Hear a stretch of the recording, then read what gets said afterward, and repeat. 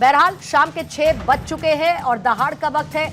आज जब हम चर्चा कर रहे हैं तो दिल्ली के तालकटोरा स्टेडियम में कांग्रेस के हुए ओबीसी सेल ने जहां पर भागीदारी न्याय सम्मेलन का आयोजन किया, जहां पर ओबीसी भागीदारी पर चर्चा हुई, तो राहुल गांधी ने कांग्रेस की ओबीसी समाज को लेकर अनदेखी पर गलती को स्वीकारा और साथ ही ये कहा कि अगर मुझे ओबीसी समाज के साथ भेदभाव का थोड़ा सा भी अंदाजा होता तो कांग्रेस सरकार में ही जाति जनगणना कराकर उनका हक दिलाने का काम करता।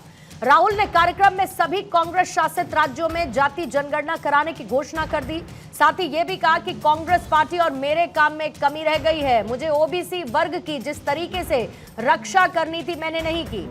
10 से 15 साल पहले मुझे ओबीसी के मुद्दे गहराई से समझ नहीं थे। सवाल यह है कि क्या ये गलती चुनावों को देखते हुए मानी जा रही है ताकि ओबीसी वोटर्स को फिर से कांग्रेस के पाले में लाया जा सके। राहुल गांधी का मानना यह है कि ओबीसी वोटर्स बीजेपी की तरफ इसीलिए शिफ्ट हुआ क्योंकि कांग्रेस ने उनके हितों की अनदेखी की।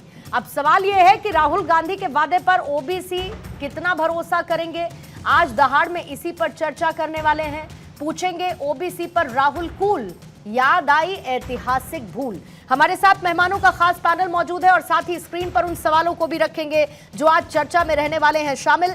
विजय शर्मा बीजेपी के प्रवक्ता हमारे साथ मौजूद हैं, विंग कमांडर अनुमा आचार्य कांग्रेस की प्रवक्ता हमारे साथ चर्चा में मौजूद हैं, संजय राणा जी राजनीतिक विश्लेषक के तौर पर और दुष्यंत नागर जी भी पॉलिटिकल एनालिस्ट हमारे साथ चर्चा में जुड़ चुके हैं और इसके थोड़ी देर बाद SC/ST/SC मोर्चा के अध्यक्ष ओम सुधा वो भी हमारे साथ मौजूद चर्चा में रहने वाले हैं। आइए शुरुआत करते हैं और अनुमा आचार्य आपके साथ शुरुआत करती हूँ, फिर विजय जी आपके पास आऊंगी।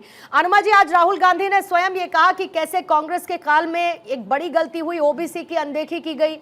उन्होंने ओबीसी की अनदेखी को स्वीकारा तो, लेकिन इस स्वीकार्यता के पीछे की मंशा क्या सिर्फ इतनी है कि जो ओबीसी वोट बैंक बीजेपी की तरफ शिफ्ट हुआ क्योंकि यूपीए ने उनकी अनदेखी की, कांग्रेस ने उनकी अनदेखी की और इसीलिए ये सारी की सारी कवायद हो रही है, या वाकई में ये वही ध्येय है जिसकी बात राहुल गांधी ने बहुत पहले प्रयागराज में ही कर दी थी कि जिसकी जितनी आबादी उतनी हिस्सेदारी, और इसको सामरिक तौर पर कांग्रेस आगे बढ़ाना चाहती है।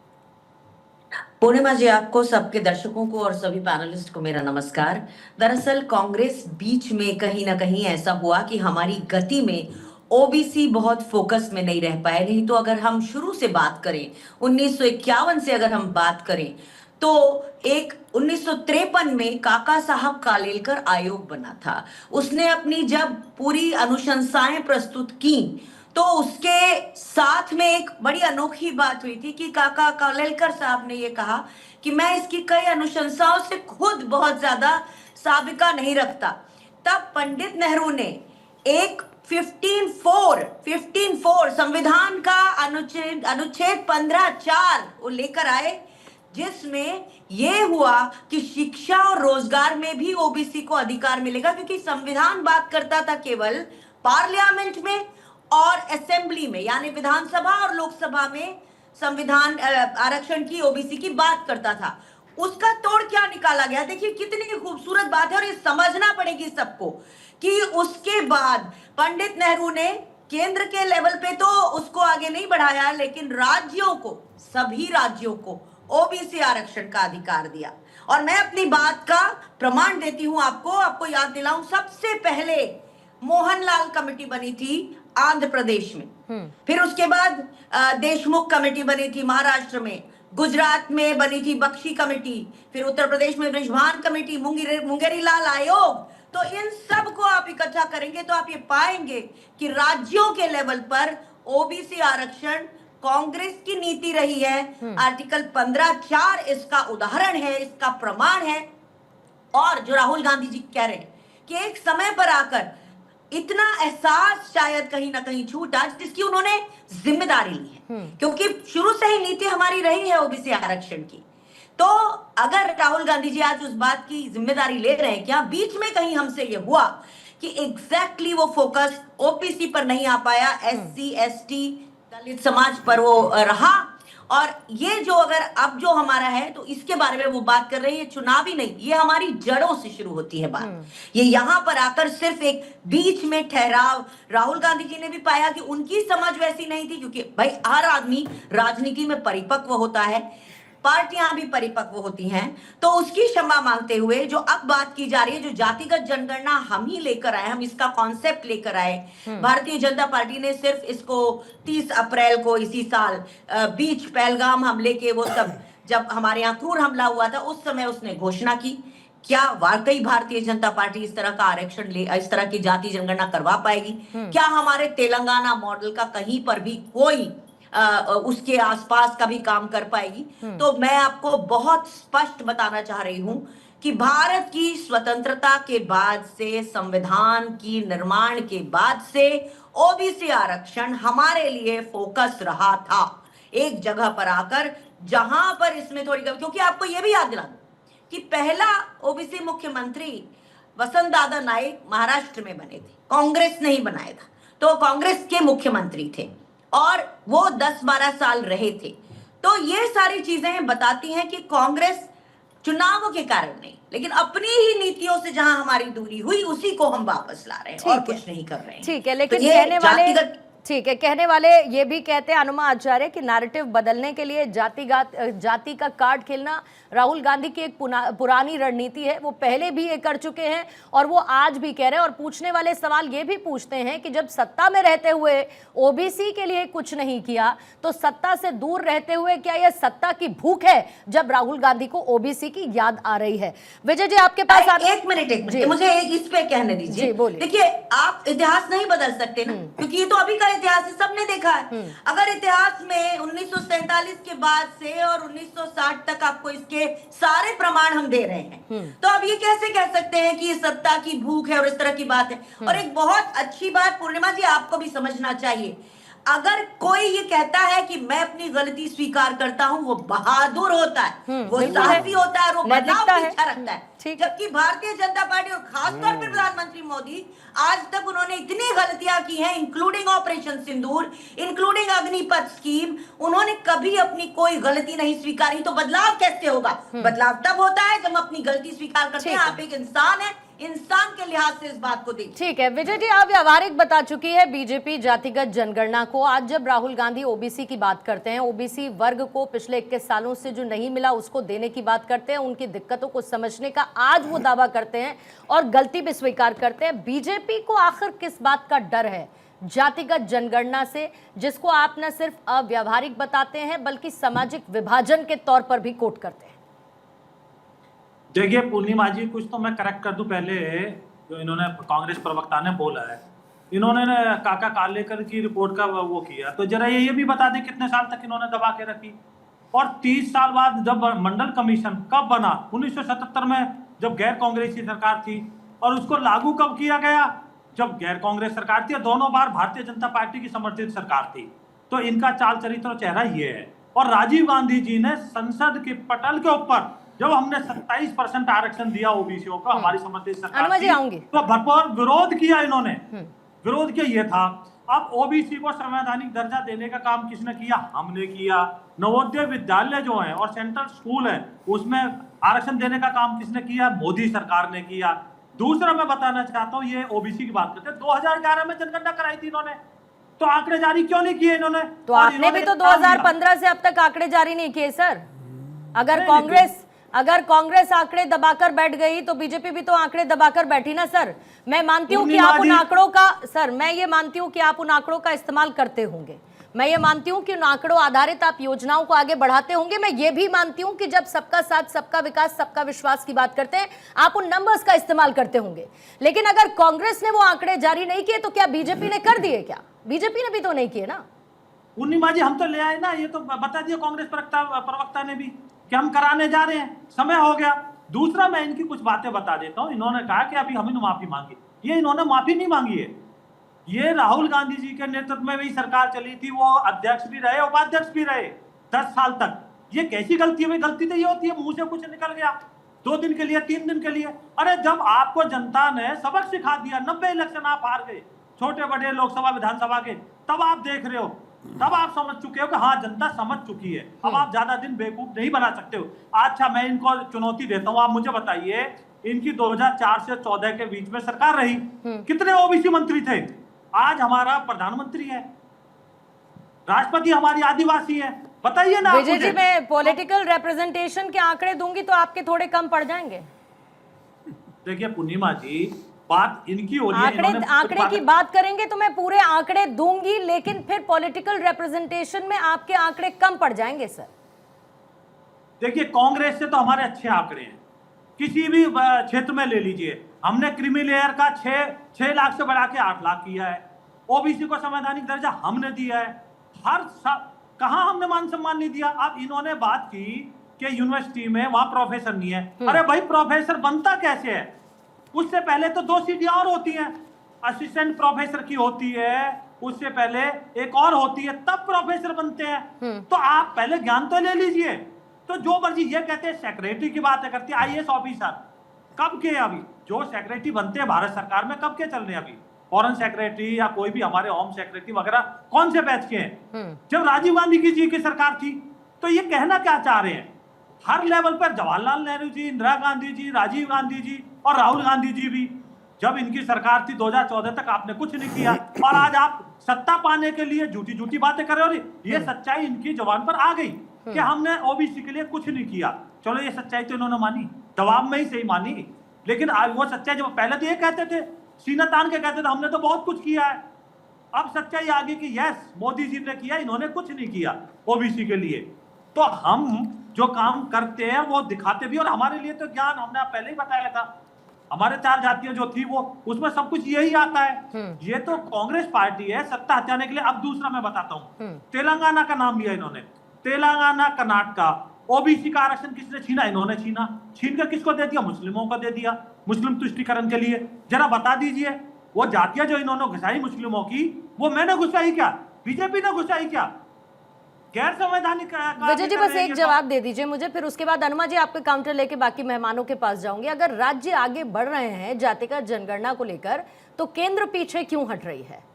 तो हमने संसद में घोषणा कर दी ना। बिहार में हुई ना सर, हुई ना बिहार में, छत्तीसगढ़ में सर हुई कि नहीं? संसद के अंदर कर दी, वो तो इन्होंने भी मान लिया, घोषणा की ना। लेकिन बात फिर वही है कि सिर्फ क्या बातें करने तक, और ये हर किसी पर लागू होता है, क्या सिर्फ बातें करने तक होगा, या फिर कहीं ना कहीं वो विकास के रास्ते में आता है, वो सिर्फ एक वोट बैंक की तरह बन जाता है जिसके लिए तमाम कोशिशें हो रही हैं?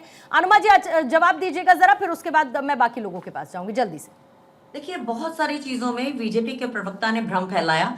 मैं एक चीज बताना चाहती हूँ कि मध्य प्रदेश की बात करती हूँ, क्योंकि ये मेरा राज्य है और मैं यहाँ की निवासी हूँ। तो मैं ये बताना चाहती हूँ कि यहाँ 1993 के बाद 27% आरक्षण जो मुख्यमंत्री दिग्विजय सिंह की सरकार ने दिया था, उसको शिवराज सरकार ने घटा के 14% कर दिया। फिर कमलनाथ आए 2018 में, और उन्होंने फिर उसे 27% किया। बीजेपी ने उठा के उसे फिर 14% कर दिया। तो ये हाथ कंगन को आरसी क्या वाली बात है? आप लोगों को भ्रम में डाल सकते हैं। मेरा ये मानना है कि कोई अगर इंसान होता है तो वो अपनी भूल को सुधार करता है, लेकिन कोई नॉन बायोलॉजिकल है तो गलतियां भी करता है और गलतियों को स्वीकारता भी नहीं है। और अगर इनका ये कहना है कि ये ओबीसी के कर्णधार हैं, ये बिल्कुल गलत बात है। मध्य प्रदेश का उदाहरण है और इनके दूसरे राज्यों का, राजस्थान का उदाहरण है। इन सभी जगहों पर, और खासतौर पे मध्य प्रदेश की बात दोबारा करूंगी, 27% को 14% करने का कारनामा बीजेपी की सरकार का है।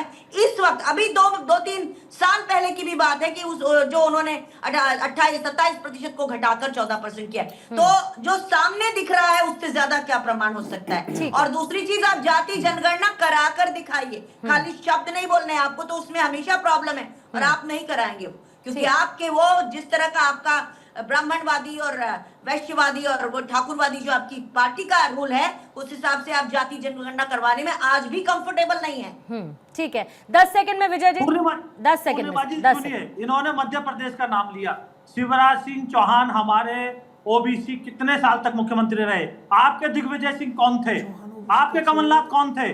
अरे ओबीसी को आरक्षण कहाँ दिया आपने? कम करा दिया आरक्षण? ये बात हो रही है। कौन मुख्यमंत्री कितने साल तक था? इसकी बात नहीं हो, ज्यादा साल की बात। आप आरक्षण नहीं दिला पाए, ये बात कर रही हूँ मैं। बात तथ्यों पर की जाए, बात प्रतिशत पे की जाए, तो संसद बात ये के बताई अंदर जाए कि 27% कैसे आपने ओबीसी समाज को पीछे किया और कांग्रेस ने हमेशा ओबीसी समाज को राज्य के स्तर पर आगे किया।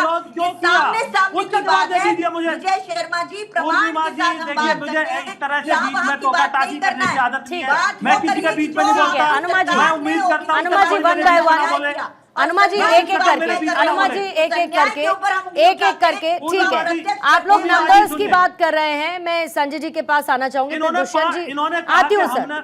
ठीक है, इन्होंने मध्य प्रदेश का नाम लिया। ठीक है मैं सर। कोट कर रहा हूँ, राजीव गांधी जी ने संसद के पटल पे विरोध किया 27% आरक्षण का। ठीक है, ठीक है। जवाब दो। कांग्रेस इसका विरोध कर चुकी है पहले, बिल्कुल ठीक बात है, ये फैक्ट है कि कांग्रेस पहले इसका विरोध कर चुकी है।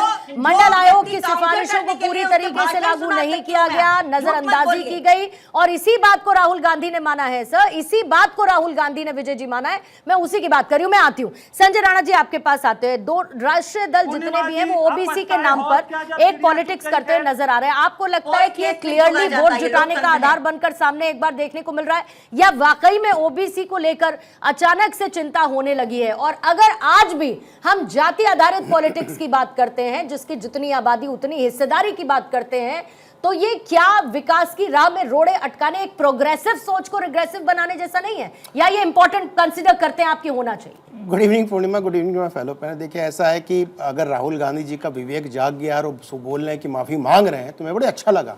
हम तो कहते हैं अगर माफ़ी मांगनी है तो तुरंत इमीडिएट इफेक्ट से जो चीफ सेक्रेटरी हैं कर्नाटक का चीफ सेक्रेटरी हैं, हिमाचल प्रदेश के चीफ सेक्रेटरी हैं, तेलंगाना के mister Rao, mister Singh and mister Subramaniam को इमीडिएट इफेक्ट से हटा दिया जाए, ओबीसी को लाया जाए, सारे सवर्ण हैं। अब बात हो रही थी 19 नेहरू जी की चर्चा हुई, इसलिए मैं नेहरू जी की पे आज जाना चाहता हूँ। देखिए नेहरू जी 1961, एक तो मुझे ना आर्टिकल समझ में नहीं आता, कभी कभी आर्टिकल को गिनाता तो पढ़ लेना चाहिए आर्टिकल का मतलब क्या होता है। आर्टिकल 54, 154 क्या बोला गया मुझे आर्टिकल 15.4। अरे मैडम बीच में नहीं बोले, फिर मैं आपको ना मेरे साथ समस्या हो जाएगी। मैं आपको ना फिर मध्य प्रदेश भेजूंगा, यहीं से भेजूंगा सर। 1950 इन्होंने क्या बोला, 50 आर्टिकल 54 मुझे नहीं आता, मुझे अरे सुन लीजिए, आपके बीच में नहीं बोला तो सुन लीजिए, विंग कमांडर जी सुन लीजिए। आर्टिकल 54 इनकम टैक्स होता है, इनकम टैक्स रिलेटेड है। आर्टिकल 154 मुझे नहीं पता किससे रिलेटेड है, लेकिन ओबीसी से रिलेटेड नहीं है। अरे सुन लीजिए ना, अरे मैं रोज आर्टिकल से, हमारा शर्मा जी का खेलने का आदत है, हम लोग थोड़ा बैटिंग करते हैं। अरे सुन लीजिए मैडम, 15A, अनुमा जी बात होने 15A, 15B, 15C, 15(4) जितना आपने बताया मैं सब कर रहा हूं। आप मुझे दिखा दीजिए ओबीसी का कहां है। नंबर 1।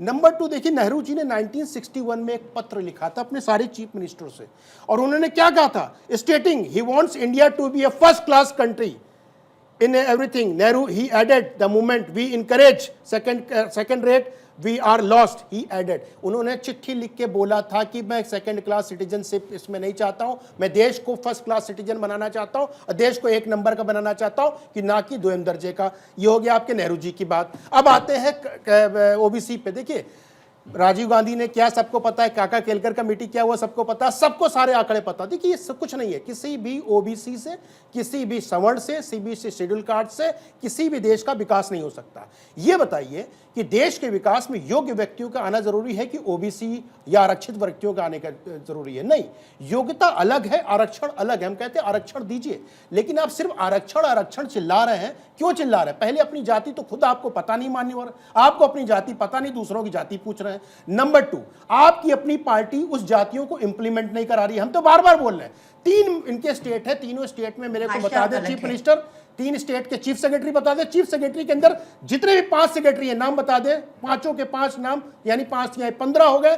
जो सवर्ण ना हो, वो ओबीसी समाज से आता हो, मुझे बता दे। लेकिन समस्या क्या है, सबको राजनीति करनी, यहाँ पे सिर्फ वोट बैंक की राजनीति है। राहुल गांधी को अच्छी तरह पता है कि अगर राजनीति रोटी सेकनी है तो उनको कहीं ना कहीं ओबीसी के सहारे उनको पीछे चलना पड़ेगा। आपने कुछ प्रश्न पूछा था बीजेपी प्रवक्ता से आंकड़ों की, राजनीतिक आंकड़ों की, पता नहीं विजय शर्मा जी आंसर क्यों नहीं दे पाए। 27% जो मंत्रिमंडल में जो मंत्री हैं वो ओबीसी समाज से आते हैं। भारतीय जनता पार्टी के अंदर 60% जितने भी पदाधिकारी हैं वो ओबीसी या बैकवर्ड क्लास से आते हैं और दूसरे समाज से आते हैं, ना कि सवर्ण क्लास से।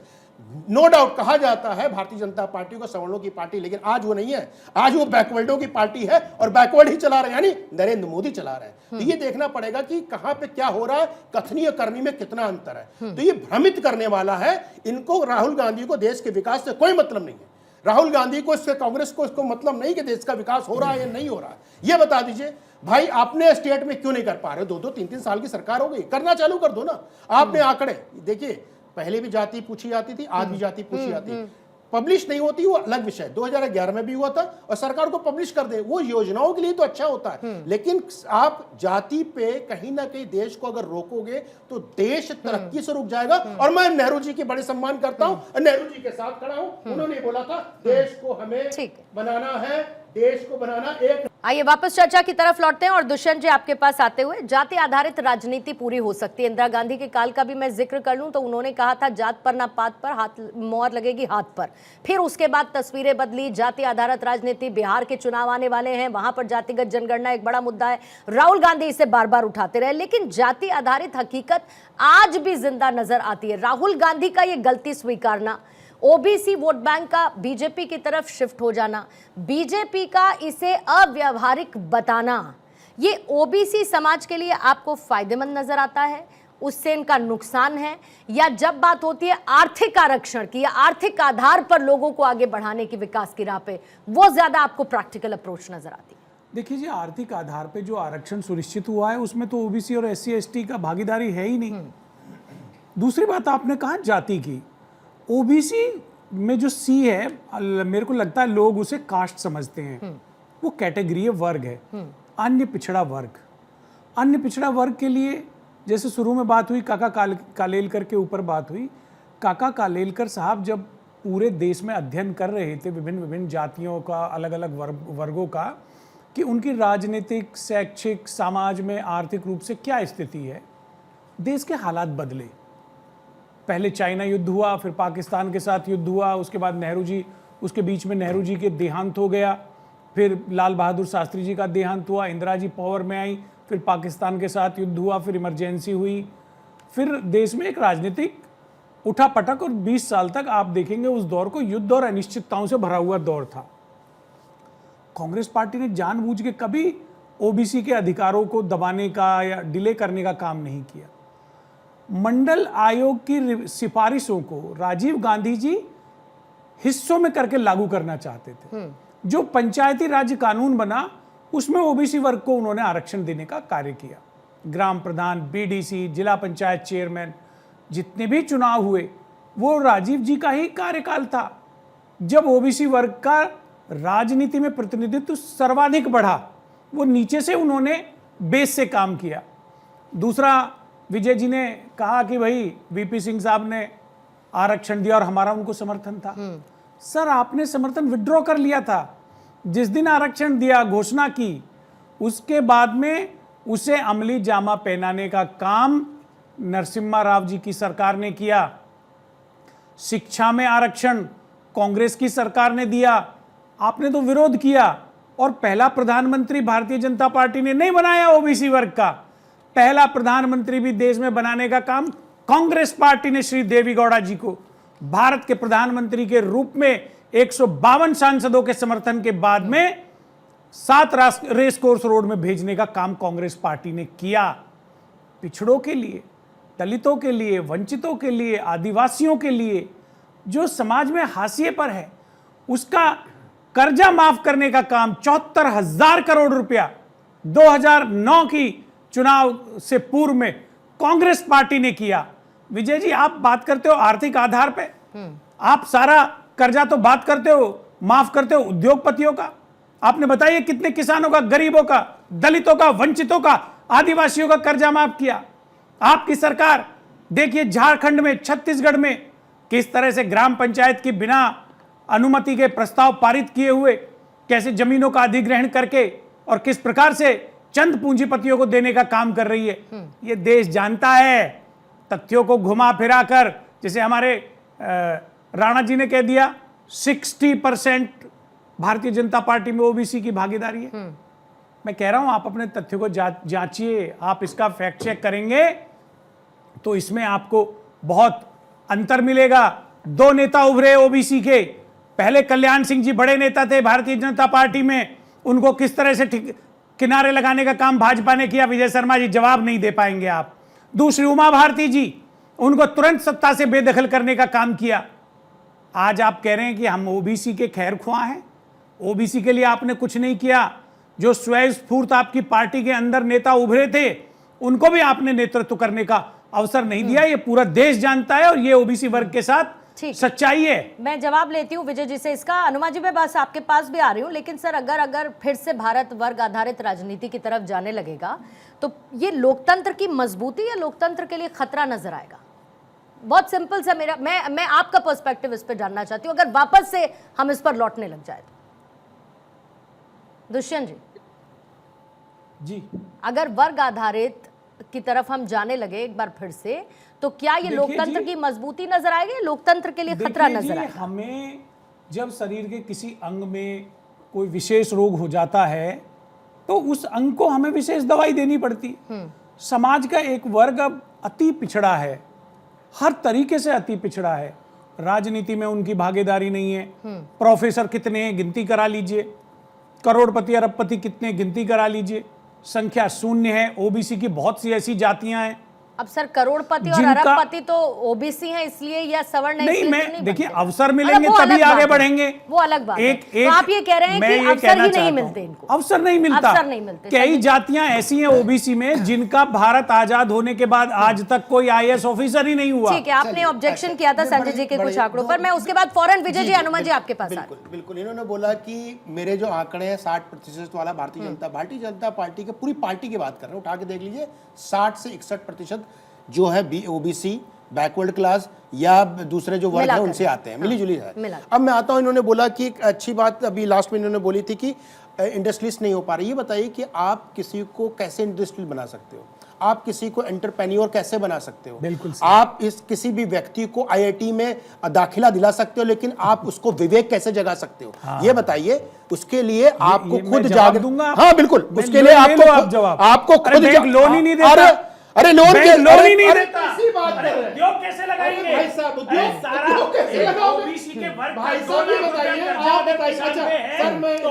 अच्छा जल्दी से आइए वापस चर्चा की तरफ, समय थोड़ा सा कम है इसलिए जल्दी से बात को पूरा करेंगे, फिर बाकी। बस सर आ रही हूँ विजय जी, अब अनुमा जी बस आ रही हूँ। 1,25,000 स्टार्टअप्स है, 1,25,000 स्टार्टअप्स क्या सब लोगों ने क्या अपने लोन लेके किया था? नहीं, आपको स्टार्ट करना पड़ता है, थॉट्स रखने पड़ते हैं, आइडिया रखना पड़ता है, इंप्लीमेंट करना पड़ता है। आप लोग चाहते हो आप लोग को सरकार ढोए, मतलब सरकार ढोए, कर्जा की बात कर रहे हैं, कर्जे की बात कर रहे हैं, ओबीसी का पैसा और वो राइट ऑफ पैसा बुक से हटा दिया गया है, लेकिन बंद नहीं हुआ है। और चोरी करने वाले पैसे लेके भाग गए विदेश, और माल्या का नाम है, वहां पे 20,000 करोड़ रुपए गवर्नमेंट रिकवर कर चुकी है। मैंने तो आपको पता होना चाहिए।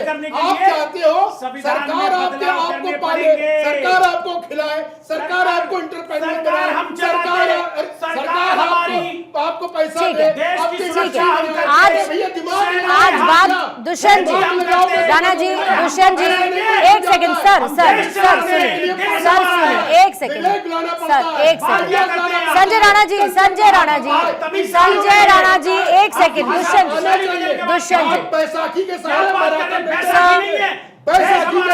ठीक, आज ओबीसी के बारे में बात हो रही है। एक सेकंड सर, संजय राणा जी, दुष्यंत जी, आज ओबीसी वर्ग के बारे में बात हो रही है, उनको हिचकियां आने का दिन है, आज उनके बारे में बात हो रही है। अंबानी जी को क्यों हिचकियां दिलानी है बेवजह आपको? आज छोड़ दीजिए, कोई बात नहीं। अनुमा जी पहले आपका काउंटर, फिर विजय जी इस सभी सवालों के क्लब करके जवाब दीजिएगा। पहले अनुमा जी का काउंटर ले लेती हूँ। अनुमा जी, 1951 में श्रीमती चंपक दुरई राजन वर्सेस स्टेट ऑफ मद्रास का केस था, जिसमें उनको आरक्षण से हटा दिया गया था, उनको जो मिलने वाला था। इसीलिए 15 ब्रैकेट में 4। तो ऐसे जब लोग आ जाते हैं जो जानबूझ के चीजों को भड़काना चाहते हैं, 15-4 ये पढ़ा जा सकता है। ये प्रोविजन तब आया था। एक बात, दूसरी चीज, आज इस पैनल की बात करते हैं पूर्णिमा जी, पूर्णिमा मिश्रा, विशेष शर्मा, नागश्री, मैं 4 ब्राह्मण और 1 राजपूत का पैनल है ये। और ऐसे में हमारी जिम्मेदारी बनती है कि जिन लोगों को हिस्सेदारी नहीं मिली है उनको हम हिस्सेदारी दें। इस तरह से बदतमीजी से चिल्लाने का कोई मतलब नहीं होता है। सभ्यता सीखना जरूरी है। मैं ये आपका आह्वान करती हूँ, सब सेक्शन बोला जाता है, सब सेक्शन बोला जाता है। समझना पड़ेगा कि जो वंचित रहे हैं उनको जिम्मेदारी मिलना चाहिए। आप अपनी बातें नहीं रख पा रही हैं, आर्टिकुलेट नहीं कर पा रही हैं, बातों को बता नहीं पा रही हैं। हमारा जिम्मेदारी, हमारा कर्तव्य है। अगर संविधान को मानते हैं तो ये हमारा कर्तव्य है। इसमें कोई बहस नहीं होनी। ठीक है, उनकी बात होने दीजिए सर, फिर समझदारी सबके अंदर होना चाहिए। ठीक है, अनुमा जी, अनुमा जी, बदतमीजियां नहीं आपके दिमाग में नहीं आ रहे। कहीं आप राजीव गांधी के नाम लेते हैं, कभी आप के नाम लेते हैं। सर न्याय की बदतमीजी अधिकारी हैं। नहीं, अधिकारी एक सेकंड सर, नहीं है तो क्या सैलरी नहीं पाती थी? नहीं, सैलरी नहीं पाती थी। ये क्या फ्री में काम करती थी? राजनीति कर रही है बैठ के, क्या फ्री में काम करती थी? नहीं, फ्री में काम करती थी, सरकार को पैसा देता था। जो भी सरकारी नौकरी करता था और सम्मान नहीं, हर व्यक्ति सम्मानित हमारे यहाँ पर जितने लोग बैठे सारे सम्मानित हैं। कोई महिला नहीं होता, महिला क्या बराबरी में। Please sir, please sir, please sir, please sir, please sir, please please जिस मुद्दे पर चर्चा करें उस मुद्दे पर रहिए ना, उस मुद्दे पर प्लीज रहिए। अनुमा जी एक second, Sanjay ji please, Sanjay ji please, Anuma ji, Anuma ji, Janata Party के दूसरे प्रवक्ता बोल रहे थे, झूठ मैंने आपको सामने दिखाया।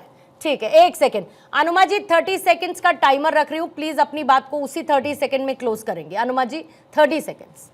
मैं दोबारा कहूंगी कि 15-4 आर्टिकल पहले कांग्रेस लेकर आई थी और उसके बारे में मैंने आपको ये पूरा बता दिया कि चंपकन दुराईराजन और स्टेट ऑफ मद्रास के केस के बाद में ये आर्टिकल आया था। एक बात, दूसरी बात, कांग्रेस की पॉलिसी रही है ओबीसी आरक्षण की, बीच में जो जहां हमसे छूटा उसके लिए हमने माफी मांगी है। बाकी नागत जी से भी आपने सुन लिया, पहला प्रधानमंत्री ओबीसी, पहला मुख्यमंत्री OBC.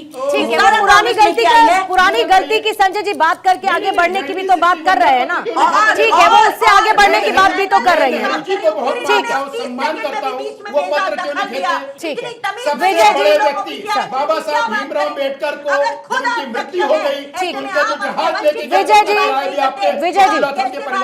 Vijay ji, Anuma ji please आप रुकेंगे मैम, 30 सेकंड्स पूरे हो गए थे। विजय जी जल्दी से, टाइमर लगा हुआ है सर। देखिए मैं फैक्ट चेक करा देता हूँ नागर साहब का। इन्होंने बोला 74,000 करोड़ रुपए दिए। मैं चुनौती देता हूँ, बताइए कब ओबीसी को आपने इस तरह से माफ किया उनका ऋण जो।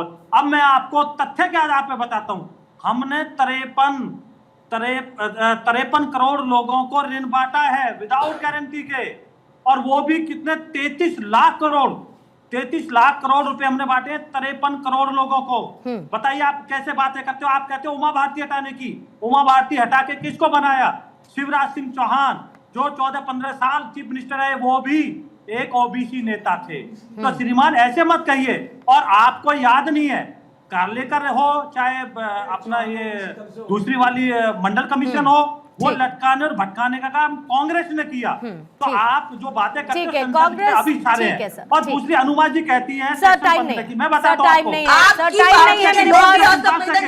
देखिए मोदी सरकार ने 123वां संशोधन करके 338B हमने जोड़ा है ओबीसी के लिए। ये बृहद विषय है, इस पर चर्चा के लिए मैं मानती हूँ कि ज्यादा समय की जरूरत है। ठीक है, लेकिन राहुल गांधी ने आज माफी मांगी है। क्या राहुल गांधी के माफी मांगने से ओबीसी वर्ग में भरोसा लौटेगा? और दूसरी तरफ सरकार क्या सिर्फ कहने की बात नहीं, हर एक वर्ग के लिए काम करेगी, ओबीसी के लिए काम करेगी। क्लेम बीजेपी करती है कि काम करती है, लेकिन एक समानता की बात हर एक वर्ग के लिए जरूर होनी चाहिए, जिसका जिक्र आज एक बार फिर से राहुल गांधी ने करके चुनावी माहौल को गर्मा दिया है। बहुत बहुत शुक्रिया आप सभी का। विजय जी आपका भी शुक्रिया, अनुमा जी आपका भी धन्यवाद, संजय जी शुक्रिया आपका, दुष्यंत नागर जी आपका भी बहुत बहुत धन्यवाद। दहाड़ की चर्चा में आज के लिए फिलहाल इतना ही।